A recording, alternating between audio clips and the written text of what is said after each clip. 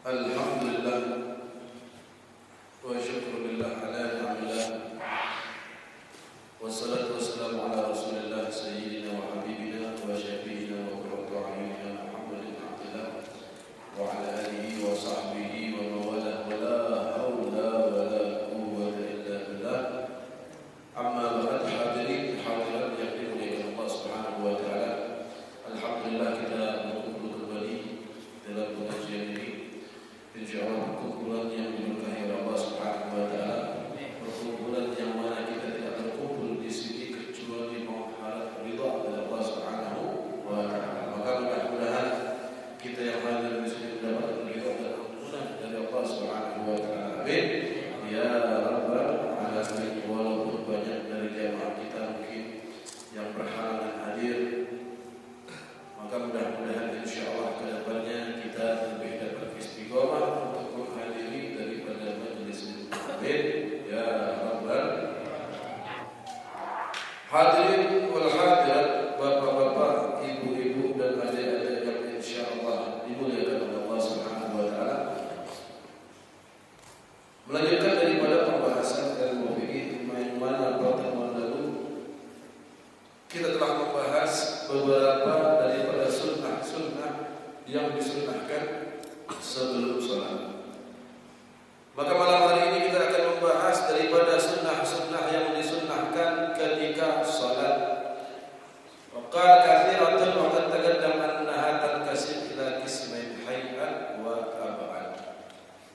Maka musannif mengatakan bahwa sunnah ketika sholat sangat banyak sekali, dan sunnah ketika sholat itu dibagi menjadi dua bagian. Yang pertama yang namanya sunnah hay'at, dan yang kedua yang namanya sunnah ab'ad. Apa itu sunnah hay'at dan apa itu sunnah ab'ad? Sunnah hay'at yaitu sunnah yang jika ditinggalkan maka kita tidak sunnahkan untuk sujud sahwi. Adapun sunnah ab'ad yaitu sunnah yang jika ditinggalkan maka kita dituntut pula untuk menggantinya dengan sujud sahwi. Itu perbedaan antara sunnah hay'at dan sunnah ab'ad. Beberapa di antara sunnah ab'ad misalkan tasyahhudul awal. Kita membaca tasyahhud awal wal qu'ud fi, dan duduknya pula itu adalah sunnah di antara sunnah ab'ad yang jika ditinggalkan maka dianjurkan untuk sujud sahwi. Adapun bagaimana cara sujudnya, bagaimana kalau orang meninggalkan tasyahud awal atau imam lupa tasyahud, makmum tidak, bagaimana, itu nanti akan kita bahas ketika kita membahas bab sujud sahwi. Di antara sunnah ab'ad pula misalkan al-qunut, kita membaca doa qunut dan juga doa qunut, membaca salawat kepada Nabi dalam doa qunut, membaca salawat kepada keluarga Nabi dalam doa qunut, yang mana jika kita tinggalkan maka kita menggantinya dianjurkan untuk sujud sahwi sebelum salam, dan beberapa daripada sunnah-sunnah yang lainnya. Sisanya adalah sunnah hay'at yang jika kita tinggalkan pun maka tidak diganti dengan sujud sahwi. Qal al-awwal raf'ul yadain. Di antara sunnah-sunnah ketika salat yaitu raf'ul yadain, mengangkat kedua tangan. Yang pertama di antara sunnah salat yaitu mengangkat kedua tangan. Wa yusallu fi arba'ati mawadhi', dan mengangkat kedua tangan itu disunnahkan di 4 tempat. Disunnahkan di 4 tempat. Yang pertama inda takbiratul ihram. Allahu akbar. Nah, ini kita angkat tangan, itu hukumnya apa? Sunnah yang perlu kita perhatikan dalam salat. Jangan salat Allahu akbar angkat tangan. Takbirnya ada tapi angkat tangannya tidak. Walaupun sunnah jangan diremehkan sunnah. Nabi sallallahu alaihi wasallam sangat mencintai hamba-hambanya yang umatnya yang menghidupkan sunnahnya. Dan Allah Subhanahu wa taala pun dalam hadis qudsi menyatakan lam yazal abdi yataqarrab ilayya bin nawafil hatta uhibbah, kata Allah Subhanahu wa taala. Senantiasa hambaku mendekatkan diri bertakarrub kepadaku dengan mengerjakan hal-hal yang sunnah sampai aku cinta kepada hamba tersebut.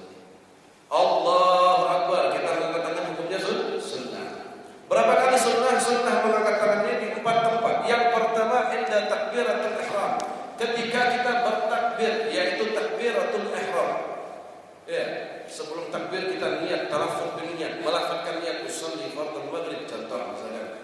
Ya, salah rakaatin mustaqbilal qiblati ma'muman lillahi ta'ala Allahu akbar. Ya, takbir adalah mengucapkan kalimat Allahu akbar dan mengangkat tangan hukumnya sunnah. Adapun takbirnya hukumnya wajib seperti yang pernah kita jelaskan. Takbir mengucapkan Allahu akbar itu rukun salat, tidak boleh ditinggal. Adapun mengangkat tangannya hukumnya sunnah. Bagaimana cara mengangkat tangan dalam takbir? Seringkali kita melihat orang-orang mengangkat tangan dalam takbir. Perlu kita perhatikan. Di sini dinyatakan fayabda ar-rafa' bi ibtida'i takbir fa idza hadha kaffahu mankibaihi in hana ba'da takbir ila istiqrarihi fi ruku'. Fayabda ar-rafa' min inda ibtida'i takbir wa yunhihi bi intihai. Ini cara kita mengangkat tangan ketika takbir. Maka kata ulama, memulai kita mengangkat, kapan mulai mengangkat tangan? Ketika kita mulai takbir. Ketika kita mengucapkan kalimat Allah. Pada saat itu pula kita mengangkat tangan.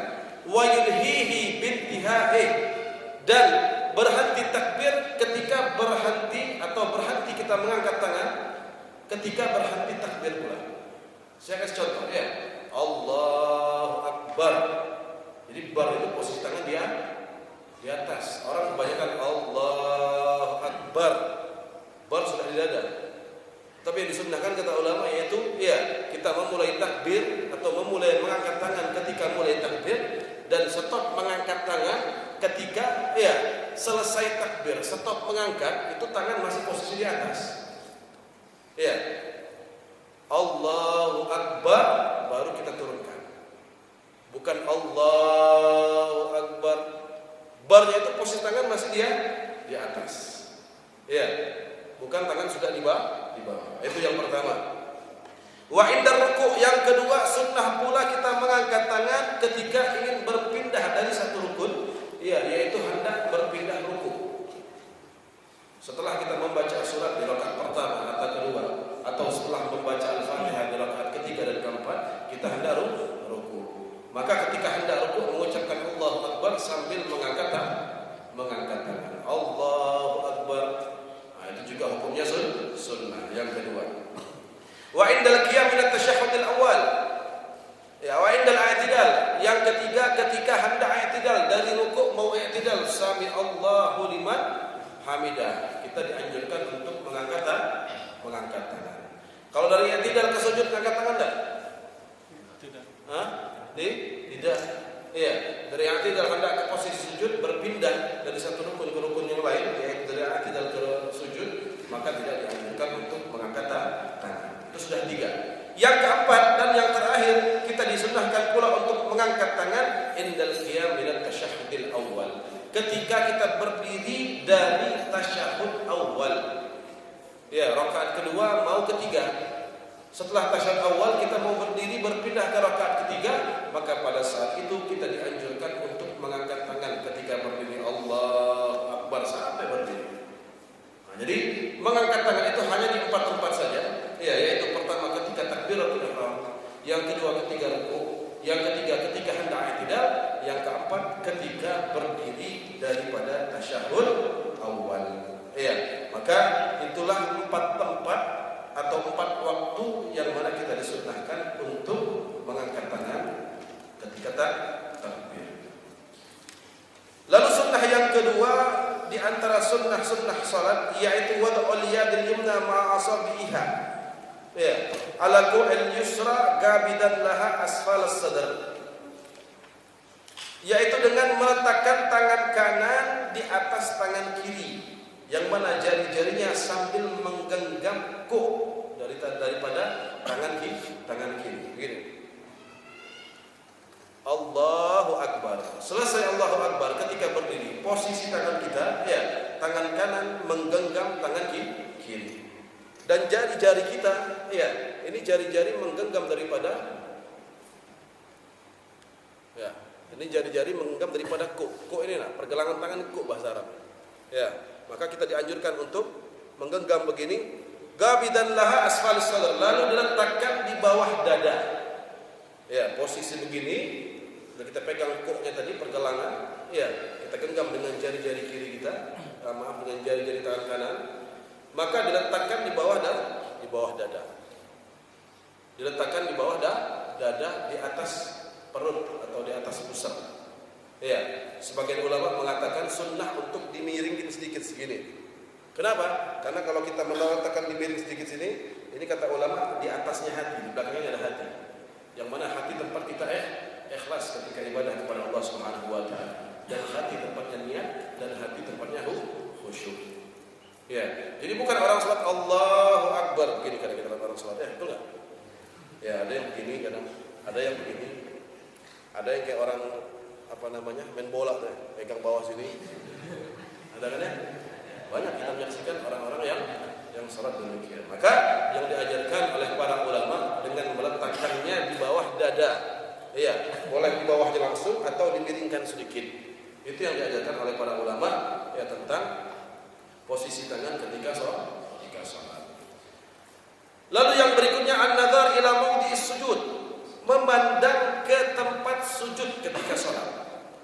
Jadi ketika sholat kita dianjurkannya, bahkan dianjurkan memandang ke tempat sujud ini sebelum mulai takbir. Seperti kita bahas kemarin lalu. Sebelum mulai takbir, mata jangan noleh kanan, jangan noleh kiri, jangan ke depan, tapi ke tempat sujud. Ya, sampai takbir. Sampai kapan? Sampai ketika mengucapkan kalimat illallah pada saat tasyahud akhir. Ya, dari rakaat pertama mulai takbir, mata kita sudah ke tempat sujud. Rukuk, i'tidal, sujud, rukuk, i'tidal, sujud sampai rakaat terakhir. Ketika pada saat rakaat terakhir hendak tasyahud akhir, ya dengan mengucapkan at-tahiyatul barakatuh salawatut thayyibat lillah, assalamu alayka ayyuhan nabiyyu wa rahmatullahi wa barakatuh, assalamu alayna wa ala mursalin, asyhadu an la ilaha illa.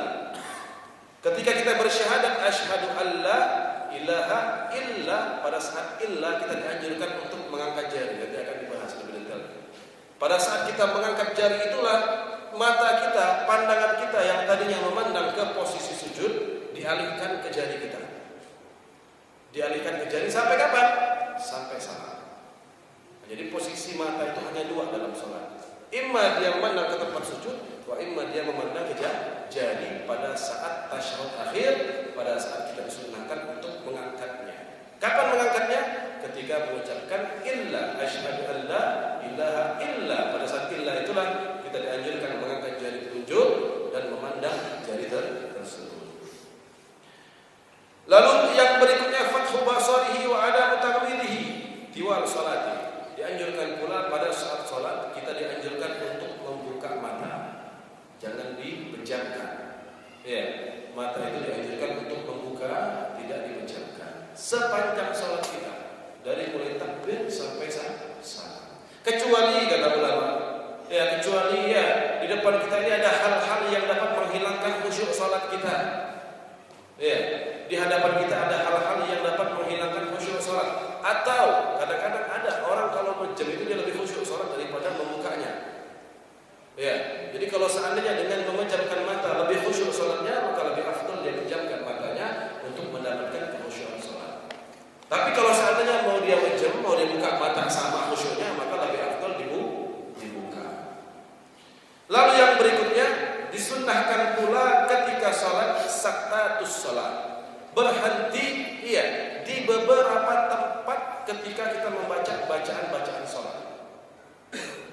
Dianjurkan kita berhenti di dalam 6 tempat atau 6 kita dikatakan 6 kali berdiam pada saat menyambung dari satu bacaan ke bacaan tersebut. Berhenti bukan lama, berhenti hanya sekedar bacaan subhanallah. Kita baca subhanallah butuh waktu berapa menit? Subhanallah 1 detik. Enggak nyampe mungkin 1 detik. Nah, berhenti cuma sekedar seperti waktu kita membaca subhanallah. Kapan kita berhenti? Pertama baina takbiratul ihram wa du'ail iftitah. Antara setelah takbir dan sebelum membaca doa iftitah. Allahu akbar. Allahu akbar kabira walhamdulillahi katsira. Dipisah antara takbir sama iftitah, dikasih jeda waktu sekedar kita membaca subhanallah. Jangan Allahu akbar langsung disambung. Maka tidak dianjurkan untuk menyambungnya, dianjurkan untuk berhenti dikasih jeda sekedar seperti waktu kita membaca iftitah. Subhanallah. Ya. Yang berikutnya baina du'a al-iftitah wa ta'awud, di antara setelah kita baca iftitah dan ketika hendak membaca ta'awud, a'udzubillah. Ya, wa ana minal muslimin. A'udzubillahi minasyaitonir rajim. Gitu. Jangan wa ana minal muslimin, a'udzubillahi minasyaitonir rajim disambung. Maka dianjurkan untuk tidak menyambungnya. Antara akhir doa iftitah dengan ta'awud dikasih jeda sekedar bacaan subhanallah setengah detik boleh. Lalu yang berikutnya baina ta'awud wal fatihah, antara membaca ta'awud dan membaca al-fatihah. A'udzubillahi minasyaitonir rajim, bismillahirrahmanirrahim. Jangan disambung a'udzubillahi minasyaitonir rajim, bismillahirrahmanirrahim. Maka dianjurkan antara a'udzubillah sama bismillahnya dikasih jeda. Ya, jangan disambung. Dianjurkan kita untuk tidak menyambungnya. Wa baina akhir al-Fatihah wa amin. Ya, dan di antara akhir al-Fatihah dan ketika hendak membaca amin. Waladdallin. Amin. Jangan disambung. Waladdallin. Amin. Ya, dianjurkan kita untuk tidak menyambung antara waladdallin sama amin. Bahkan kata ulama ya, dianjurkan untuk tidak menyambung dalam semua bacaan Al-Fatihah. Mulai ayat pertama, ayat kedua, setiap ayat dianjurkan untuk tidak disambung. Ya, bahkan sebagian ulama menganjurkan hanya menyambung antara bismillah dan alhamdulillah hanya saja. Bismillahirrahmanirrahim, alhamdulillahirabbil alamin. Selebihnya dianjurkan kita untuk memisah dari satu ayat dengan ayat yang lain. Bukan berarti nggak boleh nyambung, bukan. Ini kita berbicara yang sunnah, yang afdal. Karena kalau soal pada saat sholat tarawih misalkan, imam pasti nyambung. Mau cepat, apalagi yang 20. Bismillahirrahmanirrahim, alhamdulillahirabbil alamin, waladdallin amin, selesai. Kalau yang 20 khususnya pasti al-fatihahnya cepat. Ya. Bukan berarti tidak boleh menyambung, ya, tidak boleh disambung, boleh saja. Tapi lebih afdal kata ulama untuk memisah dari satu ayat dan ayat yang lain. Kecuali pada saat membaca bismillah dan alhamdulillah, maka lebih afdal untuk menyambungnya. Nah, jadi waladdallin, antara waladdallin dan amin, karena amin ini bukan termasuk al-Fatihah. Iya, amin ini bukan ayat al-Fatihah. Al-Fatihah, ayat al-Fatihah hanya sampai waladdallin gitu. Amin bukan termasuk al-Fatihah, bahkan bukan termasuk ayat. Amin itu bukan ayat Al-Quran. Amin yang maknanya kata ulama istajib, kabulkan ya Allah. Kenapa? Karena al-Fatihah berupa doa. Maka dianjurkan kita untuk membaca amin kata ulama ya, baik di dalam sholat ataupun di luar sholat pada saat selesai membaca al-Fatihah. Jadi kalau kita selesai Al-Fatihah, dianjurkan untuk baca amin baik di dalam sholat ataupun di luar sholat. Di luar sholat itu demikian. Waladdallin, amin dianjurkan untuk membaca amin.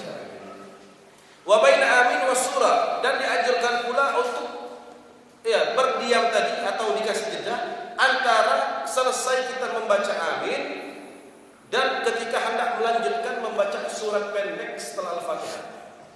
Amin. Jangan langsung sambung surat. Setelah amin dikasih jeda walaupun dengan sekedar bacaan subhanallah. Setelah amin dikasih jeda sedikit, baru kita mulai lagi dengan bismillahirrahmanirrahim. Terserah nanti imam mau baca apa. Hanya saja wa yusallil imam tatwiluha fi salatil jahriyah yatamakkan ma'mum min qira'atil Fatihah. Kecuali bagi imam pada saat salat jahriyah. Nanti akan dibahas. Salat jahriyah itu hanya salat beberapa salat, di antaranya maghrib, isya, subuh. Itu salat jahriyah. Salat yang mana kita seorang imam dianjurkan untuk mengeraskan suara ketika membaca di rakaat pertama dan rakaat kedua. Pada saat salat jahriyah, seorang imam setelah amin tidak dianjurkan untuk langsung membaca surat. Amin. Imam dianjurkan untuk berhenti sejenak, memberikan waktu bagi makmum untuk dapat membaca Al-Fatihah. Dikira-kira aja imam itu ya. Jadi kira-kira makmum sudah baca Al-Fatihah, baru imam melanjutkan membaca surat. Berhenti. Jangan langsung habis waladhdallin amin langsung baca surat. Iya, habis langsung baca surat pendek lagi. Kenapa? Karena makmum itu dianjurkan untuk membaca Al-Fatihah kapan? Setelah Al-Fatihah imam. Iya, kalau imam habis waladhdallin amin bismillahirrahmanirrahim inna atainakal kautsar, berapa ayat inna ataina? 3 ayat. Al-Fatihah saja berapa ayat? Enggak bakal sempat makmum.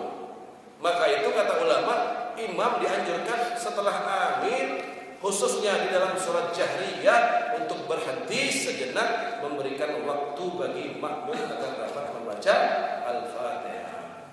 Ya, kira-kira makmum sudah baca Al-Fatihah, ya sudah mau habis, maka imam baru melanjutkan membaca surah. Dan lagi pula seorang makmum itu dianjurkan untuk mendengar bacaan imam. Jadi kalau imam mau habis amin langsung baca surat, akhirnya makmum sibuk baca Al-Fatihah, imam sibuk baca surat, tidak ada yang dengar. Suatu waktu imam salah, kita nggak tahu, namanya manusia. Ya bisa saja terjadi kesalahan ketika membaca surat, tidak ada yang negur akhirnya. Kenapa? Karena makmum fokus baca Al-Fatihah, imam membaca surat. Maka dari itu dianjurkan setelah amin, khususnya bagi imam di dalam sholat yang jahriyah, dianjurkan untuk berhenti sekedar waktu makmum membaca Al-Fatihah. Yang berikutnya yang keenam, dianjurkan untuk berhenti pula sejenak sekedar bacaan subhanallah tadi baina surah wa ruku, setelah membaca surat dan ketika hendak mau ruku. Contoh inna syani'aka huwal abtar, Allahu akbar. Jangan inna syani'aka huwal abtar, Allahu akbar disambung. Jangan disambung.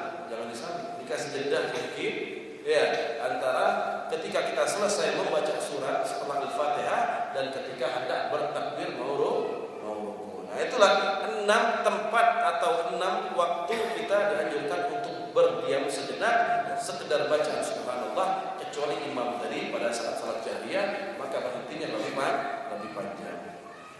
Yang berikutnya dianjurkan pula kita untuk membaca doa iftitah. Ya, untuk membaca doa iftitah. Tetapi dalam membaca doa iftitah ini kata ulama ada beberapa syarat yang perlu kita ketahui. Ya. Di antaranya ayyudrikal imam fil qiyam falaysa idza adrakahu fil ruku' aw sujud aw al-i'tidal aw at-tasyahhud. Dianjurkan yang pertama, kita dianjurkan membaca doa iftitah dengan syarat yang pertama, kita mendapatkan imam masih berdiri. Tapi kalau kita datang, imam sudah ruku, sudah sujud, tasyahud akhir, kita mau langsung ikut berjamaah misalkan. Datang imam ruku, Allahu Akbar, kita langsung ruku, enggak pakai doa iftitah. Atau datang imam sudah tasyahud akhir, kita takbir Allahu Akbar, langsung duduk untuk tasyahud akhir. Jangan imam sudah ruku, sudah tasyahud, kita Allahu Akbar, baca iftitah dulu.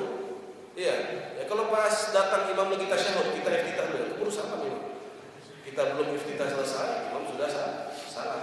Maka dari itu, ketika kita dapatkan imam bukan dalam keadaan berdiri dan kita mau iktidah atau mengikuti imam, tidak dianjurkan iftitah. Ya, dan iftitah pula tidak dianjurkan bagi seorang masbuk. Ya, siapa itu masbuk? Seperti yang pernah kita jelaskan. Seorang masbuk yang datang dia dapati imam itu sudah mau ruku. Tidak ada waktu yang cukup baginya untuk membaca Al-Fatihah. Jadi masbuk ini untuk baca Al-Fatihah saja dia tidak cukup. Maka dari itu masbuk kalau datang langsung Allahu Akbar, langsung Bismillah Al-Fatihah. Tidak pakai baca iftitah. Maka dari itu kata ulama, kalau seandainya masbuk datang, ya, yang mana masbuk itu dianjurkan baca Al-Fatihah secara langsung tanpa membaca iftitah. Kalau seandainya masbuk membaca iftitah, maka dia wajib membaca Al-Fatihah. Padahal kan seperti yang kita bahas, masbuk itu wajib Al-Fatihahnya sedapatnya saja. Masbuk misalkan baru baca Bismillahirrahmanirrahim, imam ruku Allahu Akbar, maka masbuk langsung ruku sama imam. Tidak diwajibkan untuk melanjutkan Al-Fatihah. Alhamdulillahirabbil alamin, baru alhamdulillah imam ruku, maka masbuk ruku.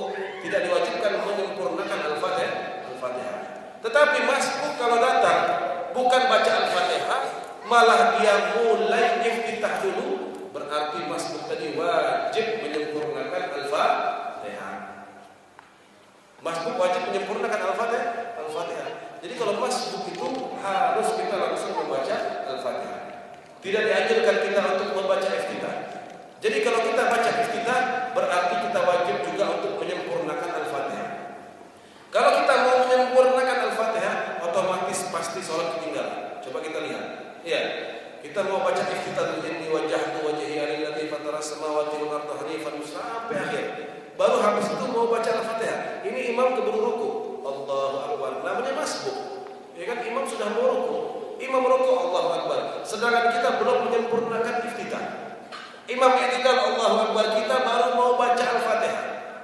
Ketika imam selesai i'tidal, mau sujud dan kita belum selesai Al-Fatihah, itu kata ulama enggak ada pilihan lagi. Iya, kalau kita masih teruskan Al-Fatihah, batal salat kita. Kenapa batal? Karena ketika imam mau sujud dari i'tidal mau sujud, kita sudah ketinggalan 2 rukun. Seperti yang akan dibahas, ketinggalan 2 rukun salat membatalkan salat.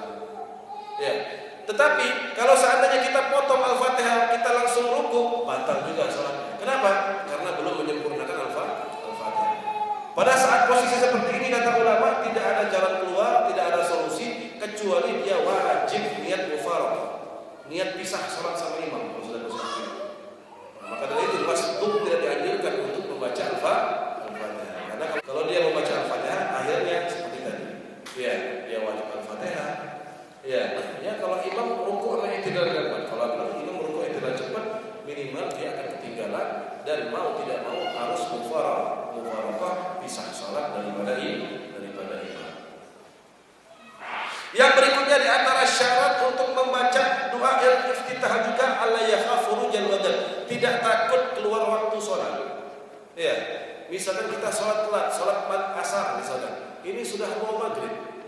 Iya, sudah bisa diperkirakan kalau sholat baru 1 rakaat ini sudah bisa masuk maghrib, sudah ketiduran.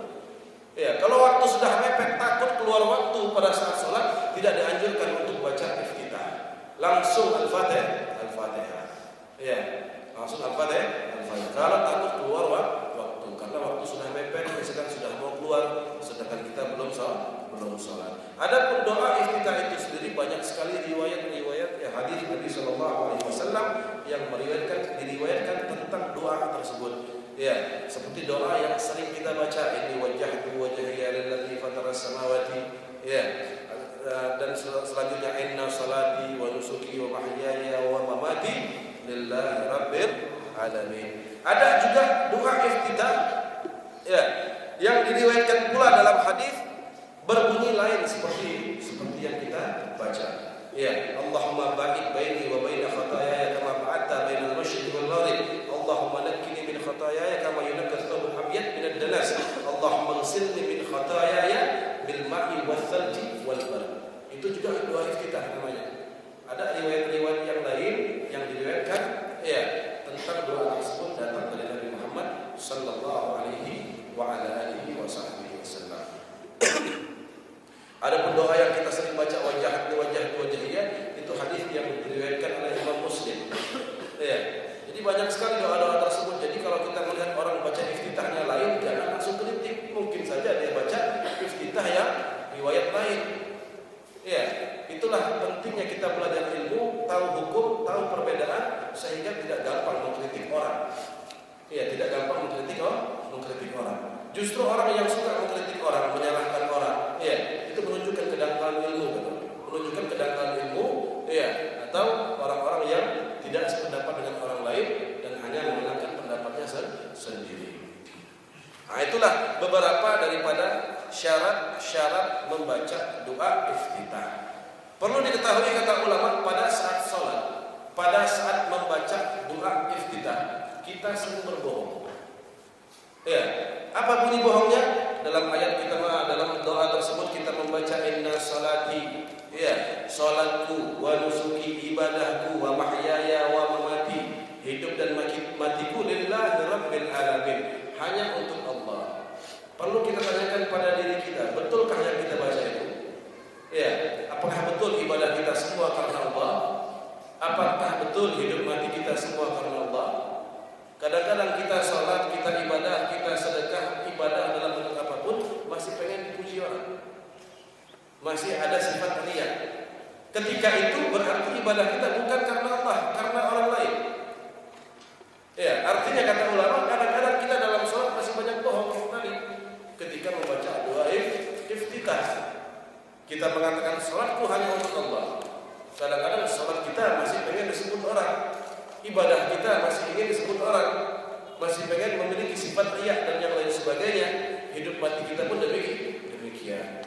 Ya, maka solusinya kita harus memperbaiki dari segala ibadah kita. Tanamkan keikhlasan di dalam semua ibadah kita, karena rohnya ibadah itu adalah ikhlas. Sebagaimana jasad akan mati tanpa roh, maka ibadah pun akan sia-sia jika tanpa keikhlasan. Ya, mungkin sampai di sini yang kita bahas. Yang mau ditanya silakan. Ya, jadi posisi tangan dianjurkan ini tangan menghadap ke kiblat. Ini batin kita ini apa namanya? Telapak tangan menghadap ke kiblat. Allah, ketika jempol sudah sejajar dengan telinga, stop. Jangan terlalu tinggi juga. Jangan terlalu. Kadang orang angkat gini aja, Allah, ya kan? Di bahu aja. Jadi anjurkan jempol kita ini sejajar dengan ini daun telinga. Allahu Akbar. Menghadap ke kiblat. Bukan begini, enggak, tapi begini. Ya, jelas. Perlu diketahui, ya, para ulama mengatakan wa man nasib tasyahhudal muqaddama fa'ada ba'dal intisabi haruma. Orang yang lupa tasyahud awal, kalau dia sudah berdiri tegak, tidak boleh kembali lagi. Ya.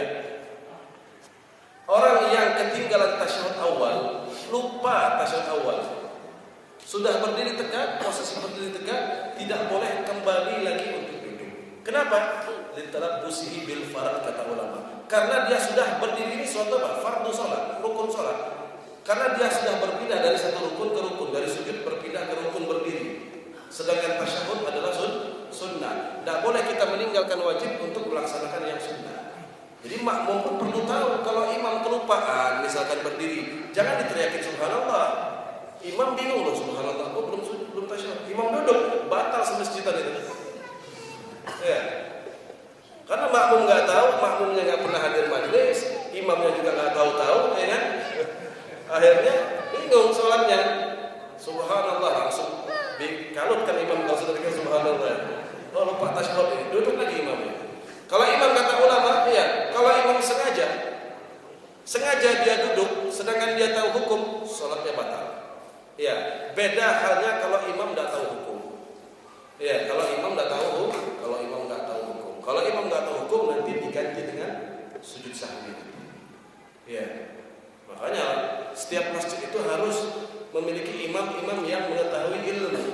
Alhamdulillah kita di sini ada Ustaz Fatur Rahman. Ya, harusnya di setiap masjid memiliki orang-orang yang menjadi imam itu orang yang berilmu, minimal dia mengetahui hukum-hukum dalam sholat. Karena kesehariannya dia mengimami sholat. Ya, itu tadi repot kalau imam nggak ngerti, makmum nggak ngerti, ubah sholat masjid selesai. Jelas. Yang sujud sahwi imamnya saja apa makmum ikut? Kalau imam sujud sahwi maka makmum pun wajib sujud sahwi. Iya, sujud sahwi itu hukumnya sunnah, nanti akan dibahas. Tetapi, ya, kalau imam sujud maka makmum harus sujud. Kalau imam sujud, makmum bukan sunnah lagi sujud, wajib sujud. Ya, walaupun makmum tidak ikut dalam kesalahan sholatnya imam. Contoh misalkan, imam tadi lupa tasyahud awal, ya kan?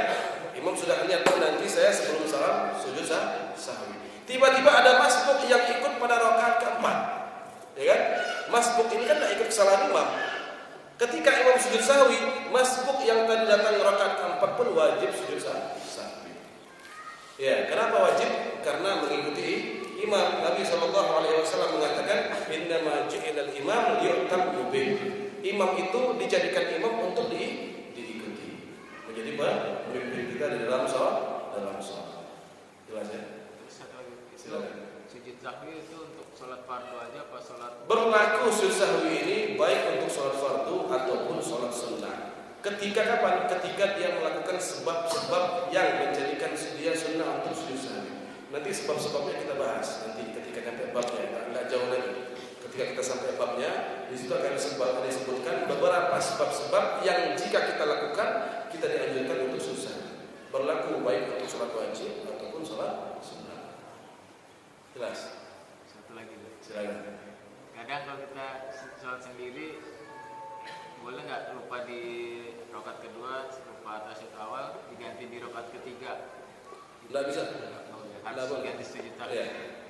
Nggak boleh kita mau ganti-ganti lupa tasyahud awal mau dilakukan di rakaat ketiga, nggak boleh. Ya. Jadi kalau sudah lewat, perlu kita ketahui juga bagi tasyahud awal ini kata ulama itu salah satu sunnah, ya, yajibul muwafaqah, wajib kita ngikuti imam tarkan la fi'lan. Ini salah satu sunnah yang wajib kita ikuti imam kalau imam meninggalkannya. Jadi seandainya imam tidak tasyahud awal, sudah berdiri tegak, makmum pun wajib untuk tidak tasyahud awal dan meninggalkannya. Jangan malah diteriakin subhanallah, malah duduk lagi tadi salat batal. Jadi kalau imam sudah berdiri tegak, ya, maka makmum pun wajib meninggalkan tasyahud awal. Beda halnya kalau imam belum berdiri tegak. Ya, imam baru mau berdiri gitu nah. Baik posisi itu dekat dengan ruku atau dekat dengan duduk atau dekat dengan berdiri. Paham? Dekat dengan ruku, dekat dengan duduk, berdiri, paham ya? Orang itu berdiri tegak kalau posisi badan sudah lurus. Ya kan? Tapi kalau begini kan belum berdiri tegak namanya. Walaupun sudah hampir berdiri masih boleh dia kembali. Tapi kalau sudah berdiri tegak tidak boleh kembali. Nanti akan dibahas kapan dia kembalinya. Kadang-kadang imam itu kembali atau orang sholat sendiri, ya, yang meninggalkan tasyahud awal. Kadang-kadang kembali posisinya dekat dengan berdiri. Kadang dia kembali posisinya dekat dengan duduk. Tergantung nanti kapan dia kembalinya, itu yang nanti menyebabkannya untuk disunnahkan sujud sahwi. Tapi selagi imam sudah berdiri tegak, maka tidak boleh. Jadi kita mengingatkan subhanallah itu selagi imam belum berdiri tegak. Tapi kalau imam masih melondong berdiri, jangan diteriakin subhanallah lagi. Makmum pun harus ikut berdiri meninggalkan tasyahud awal. Bismillah itu termasuk salah satu daripada Al-Fatihah. Al-Imam Syafi'i mengatakan bismillah termasuk salah satu daripada ayat Al-Fatihah. Yang mana seseorang ketika sholat membaca Al-Fatihah wajib menurut Imam Syafi'i untuk membaca basmalah. Ketika kita meninggalkan basmalah, maka dalam mazhab Imam Syafi'i batal salat. Sama halnya seperti kita meninggalkan satu ayat dari Al-Fatihah. Jelas. Dan di antara syarat salat berjamaah, di antaranya alla ya'lam butlan salat imam. Ya, di antara syarat orang salat berjamaah, seorang makmum itu tidak tahu batal salatnya imam. Kalau dia tahu batal salatnya imam, batal pula salatnya imam. Contoh misalnya, imam tidak membaca Al-Fatihah. Ya, kita tahu imam tidak baca Al-Fatihah, yang mana bagi mazhab kita ini tidak baca Al-Fatihah batal. Maka batal pula salat kita. Tapi kalau kita nggak tahu ini imam, ya, dia baca Al-Fatihah atau tidak, maka salat kita tidak batal. Kadang-kadang kan kita kebanyakan orang kalau tidak baca Al-Fatihah jelas biasanya nggak baca langsung Alhamdulillahirabbil alamin. Kalaupun di mid biasanya bismillah masih kedengaran, ya kan? Jadi kalau sirkun ya sah-sah saja. Walaupun Imam Syafi'i mengatakan sunnah jahar misalkan. Tapi kalau kita yakin orang kita tahu dia nggak baca bismillah, maka salat kita batal. Tidak boleh berjamaah dengan mereka. Kecuali pada saat mungkin ya ketika haji, umroh misalnya atau yang lain sebagainya di sana kebanyakan tidak membaca bismillah. Iya, dalam keadaan seperti itu kata ulama kita boleh bertaklid kepada pendapat yang membolehkan. Contoh misalkan seperti pendapat Imam Ahmad bin Hanbal, Imam Malik misalkan. Ya, terkadang juga beberapa masjid disirkan. Tapi kalau kita yakin mereka nggak baca basmalah, maka lebih baik kita berjamaah dengan imam yang lain. Ya, posisi pada saat tahiyat.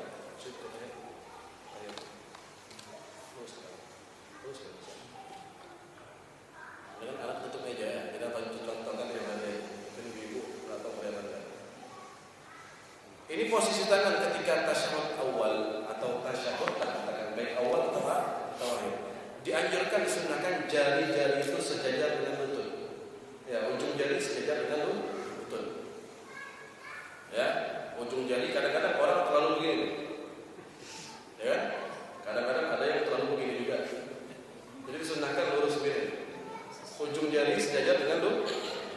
lutut. Pada saat tasyahud akhir, ya, dari awal mulai tasyahud akhir, tangan kiri kita posisi begini, sejajar dengan lutut. Tangan kanan begini. Nah, tangan kanan begini.